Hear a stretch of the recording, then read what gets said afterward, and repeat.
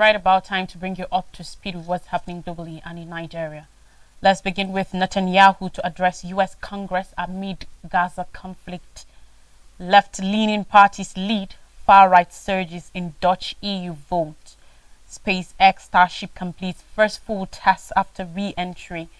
Russia arrests French researcher for alleged espionage. Japan's birth rate hits new record low. On July 24th, Benjamin Netanyahu, Israeli Prime Minister, is anticipated to address a joint meeting of Congress, setting the stage for what is expected to be a contentious speech at a critical moment for the continuing Israel-Hamas war. Congressional leaders confirmed the date of the address late on Thursday after officially inviting Netanyahu to speak before lawmakers last week in the newest show of support for the longtime ally, despite mounting political divisions over Israel's military assault on Gaza. House Speaker Mike Johnson, a Republican, and Senate Majority Leader Chuck Schumer, a Democrat, along with Senate Minority Leader Mitch McConnell and House Democratic Leader Hakeem Jeffries, said in the letter, the existential challenges we face, including the growing partnership between Iran, Russia, and China, threaten the security, peace, and prosperity of our countries and of free people around the world. To build on our enduring relationship and to highlight America's solidarity with Israel, we invite you to share the Israeli government's vision for defending democracy, combating terror, and establishing a just and lasting peace in the region.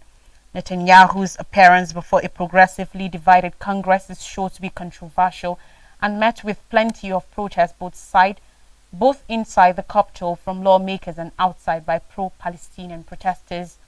Schumer, the highest-ranking Jewish elected official in the U.S. who delivered a stinging rebuke of Netanyahu in March, said in a separate statement on Thursday night that he has clear and profound disagreements with the Israeli leader but joined in the request for him to speak because America's relationship with Israel is ironclad and transcends one person or prime minister.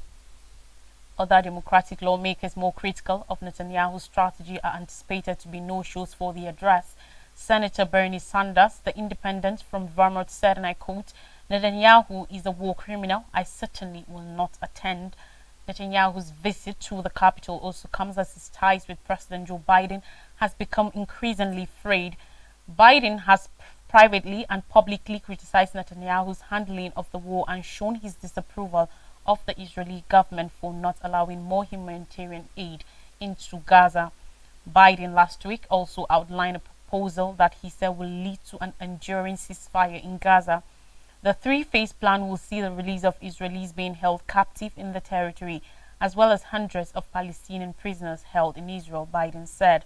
The plan also says a reconstruction plan for Gaza will begin in a third phase for the proposal, and the remains of any captives killed will be returned to their families. Talking elections, left-leaning parties in the Netherlands are expected to have narrowly won the most seats in the country's poll for the European Parliament, even as the anti-immigration party of the populist far-right nationalist Geert Wilders made huge gains. According to a nationwide exit poll published on Thursday, the Labour-Green Left combination was projected to have won 8 seats, slightly ahead of Wilders' Party for Freedom PVV on 7 seats. The exit poll has an error margin of roughly 1 seat. The results suggest huge gains for Wilders following his victory in last year's national election, given that his party failed to secure a seat in the previous European Union election and only got one after a reshuffle due to Brexit. The results showed left-wing parties should not be written up for this election, despite the rise of nationalist parties throughout Europe, Labour leader Frans Timmermans said. As pro-European parties have shown the rest of Europe it's not a done deal that the radical right wins the election, the EU's former climate chief said. Voting in the Netherlands kicked off 4 days of elections for the EU Parliament across the 27 EU member states. It summarized the major internal political challenge facing the Union, the growing popularity of nationalist and populist parties that want to dismantle the European Union from within. SpaceX's Starship rocket has finished its first ever full flight after surviving re-entry in a breakthrough for the prototype system that may one day send people to Mars. 3 earlier missions have ended with the rocket, which stands closely 121 meters 400 feet tall, blowing up or disintegrating, but this time Starship survived re-entry and made a controlled fall into the Indian Ocean just 65 minutes after launching from the US state of Texas. SpaceX CEO Elon Musk wrote on X, despite loss of many tiles and a damaged flag, Starship made it all the way to a soft landing in the ocean. Today was a great day for humanity's future as a spacefaring civilization, he added. At 7:50 a.m. local time, Starship blasted up from the company's starbase in Boca Chica, Texas, from soaring to space and coasting halfway across the globe. It reached an altitude of nearly 211 kilometers, 130 miles, traveling at over 26,000 kilometers per hour, that's 16,000 mph, before beginning its descent.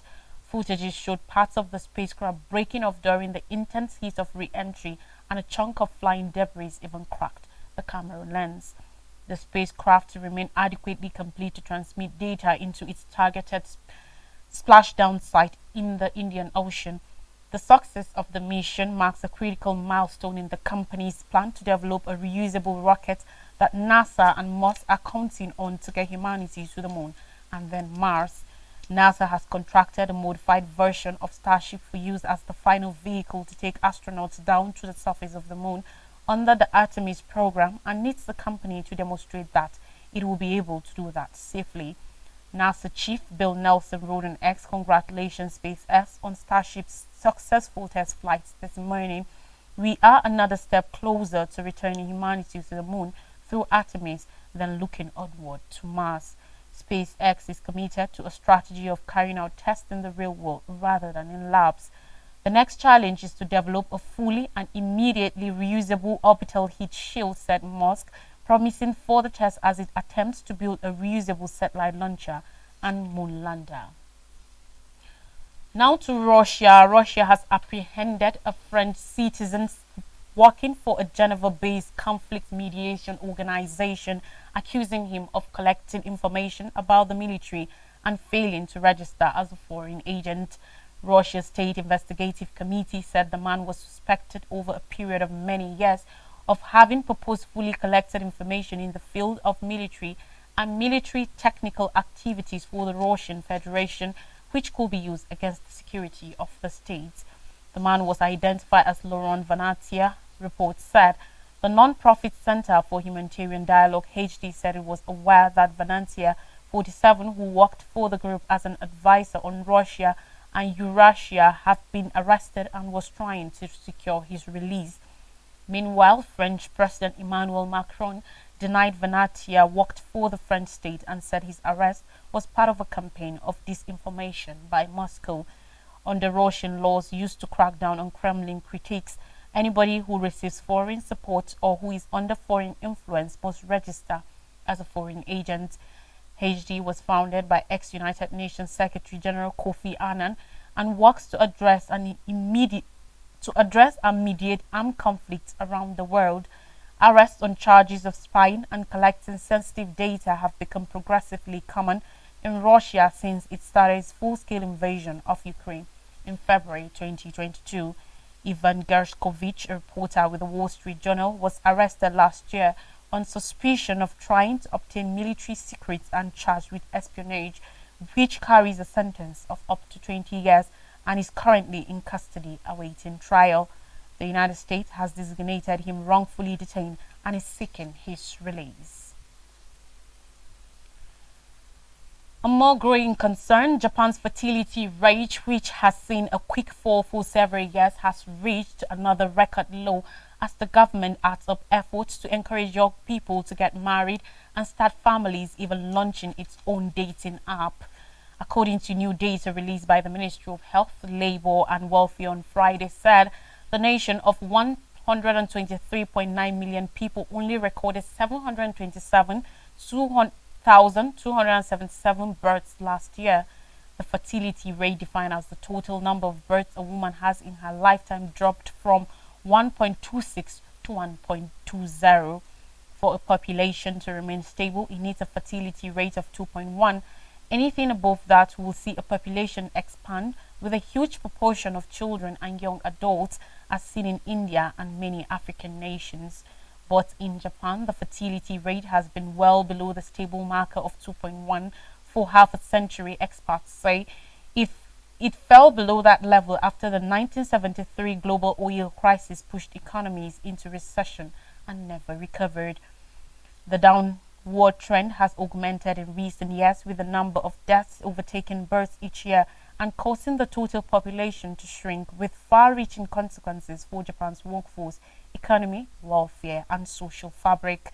The country recorded 1.57 million deaths in 2023, according to the health ministry, more than double the number of births.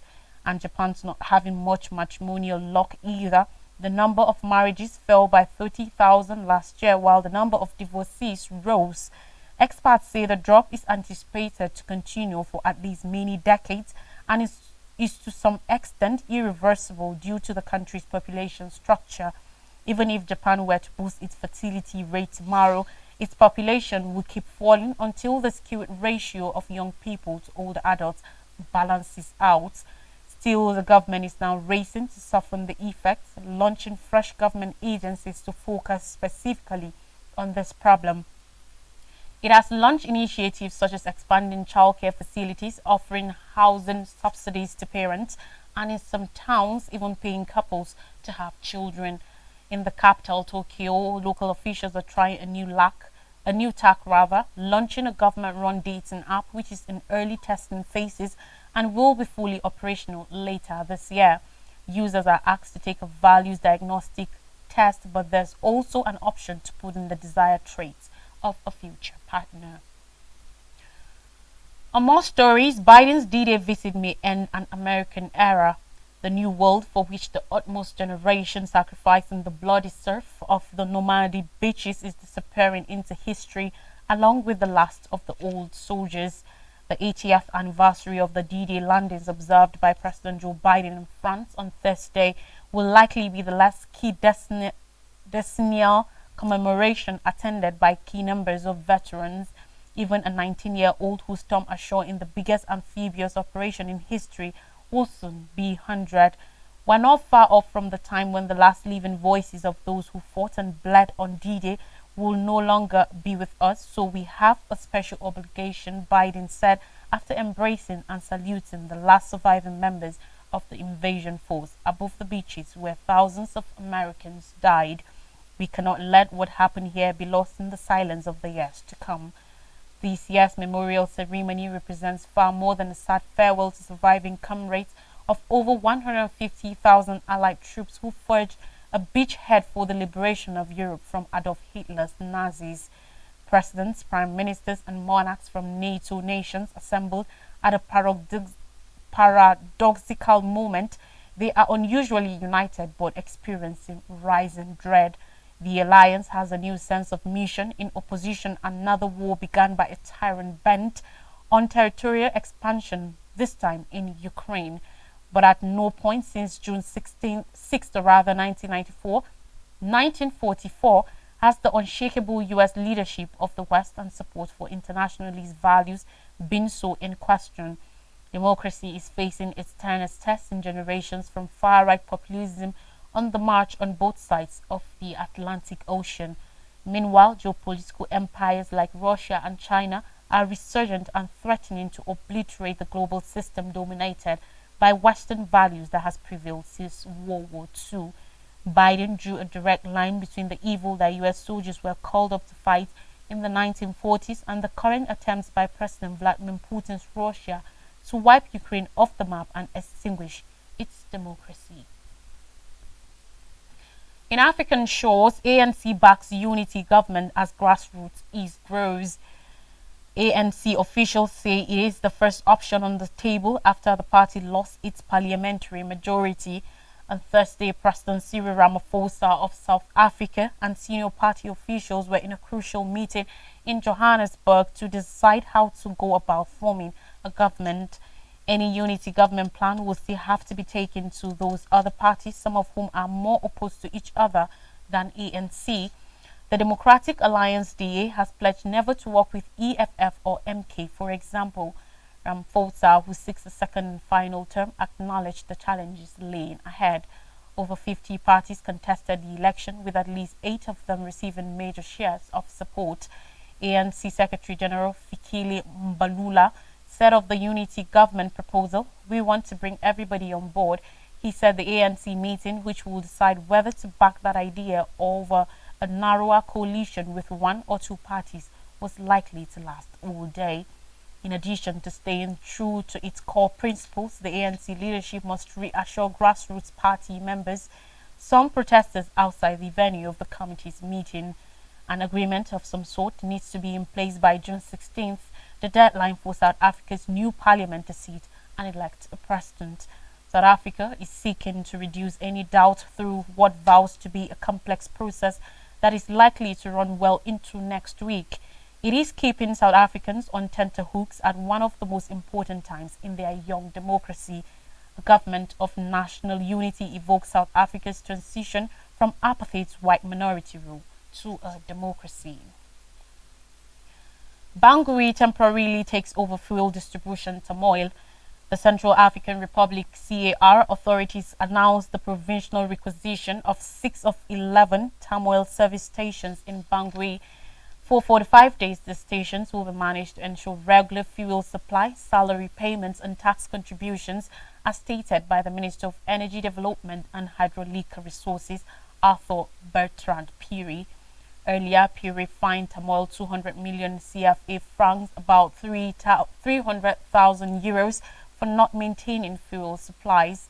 Tamoil defended itself in reaction, noting that Cameroonian company Neptune has had exclusive import rights since September.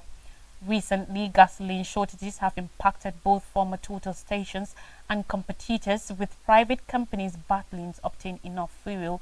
The shortages are attributed to limited stocks and insufficient supplies transported by road from Douala. Despite ongoing disputes since acquiring Total's operations, Tamoil's owner, Rochefort and Associates, remains committed, focusing on reopening provincial stations and resuming airport activities. For over a month, CAR has faced a series of fuel shortage, with Bangui being the hardest hit. Long lines of cars and motorcycles queue at service stations hoping to get fuel. While most stations are shut, a few grapple to stay open, working diligently to serve customers until they run out of fuel by around 10 a.m. local time. This effort is inadequate as the price per litre has increased rapidly from 2,000 to 3,000 francs. Street vendors are forcing to go to neighboring Congo to procure fuel, reselling it at high prices. The economic effect is already obvious and concerns are rising across the country. In part 2, I'll bring you more stories from Nigeria. Do stay with us.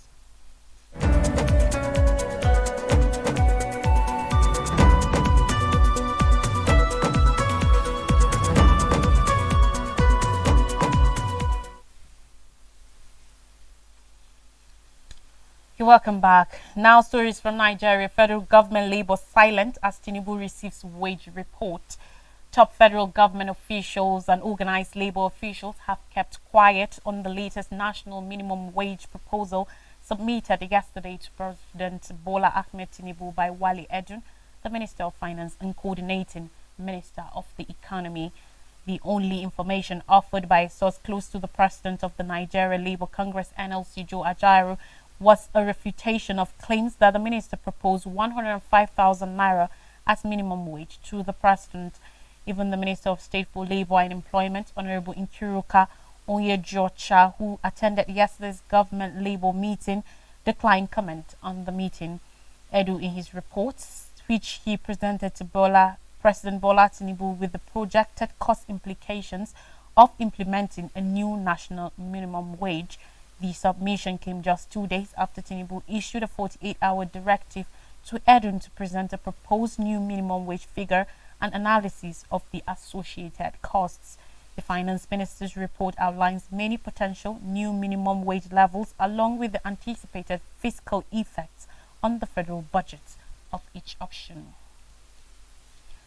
And finally, on the news, Presidency Atiku PDP clash over fuel subsidy. Yesterday, the raging controversy, claims and counterclaims over fuel subsidy got messy as the federal government, the People's Democratic Party (PDP) and the ex-Vice President Atiku Abubakar engaged in a new war of words over the development President Bola Tinubu had in his inauguration address on May 29, 2023, announced the removal of subsidy on premium motor spirit PMS, otherwise known as petroleum. However, in separate statements yesterday, the PDP and its presidential candidate Atiku criticized the presidency's insistence that subsidy was gone and attacked the government for lying to the citizens. They premised their position on the content of leaked memos that reportedly emanated from the office of the coordinating Minister of the Economy, Wale Edun, which suggested that 5.4 trillion naira had been spent on fuel subsidy. Presidency spokesman Bayo Onanuga, in a swift response, reiterated that the position of fuel subsidy has not changed from President Tinubu's declaration on May 29, 2023, that fuel subsidy regime had ended and denied any provision for 5.4 trillion naira in 2024, as widely speculated. He said government was committed to reducing the effects of the removal of the fuel subsidy and easing cost of living pressures on Nigerians, adding that the strategy focuses on addressing major factors such as food inflation, which is significantly impacted by transport costs. Notwithstanding the explanation, the PDP, in a statement by its National Publicity Secretary, Debo Ologunagba, argued that the revelation that the federal government had paid 5.4 trillion naira secretly as fuel subsidy for 2024 was a sign that the All Progressive Congress APC-led administration is a cesspit of corruption, lies and deceit, and show the callousness of the President Tinubu government. It accused the APC-led federal government of forcing Nigerians to buy fuel at over 800 naira per litre in various parts of the country, while trillions of naira is allegedly being paid as fuel subsidy into private bank accounts associated with corrupt APC leaders. Consequently, the PDP charged President Tinubu to quickly clear the air and come clean by personally addressing Nigerians and ordering a public inquiry into the reported 5.4 trillion fuel subsidy under his watch. The party also urged the president to instantly review his economic team so as to get capable hands to check the alleged corruption in the administration. A recap of major stories says Netanyahu to address U.S. Congress amid Gaza conflict. Left-leaning parties lead, far-right surges in Dutch European Union vote. SpaceX Starship completes first full test after re-entry. Russia arrests French researcher for alleged espionage. And Japan's birth rate hits new record low. That's all on the news. Thanks for watching. Have a great weekend ahead.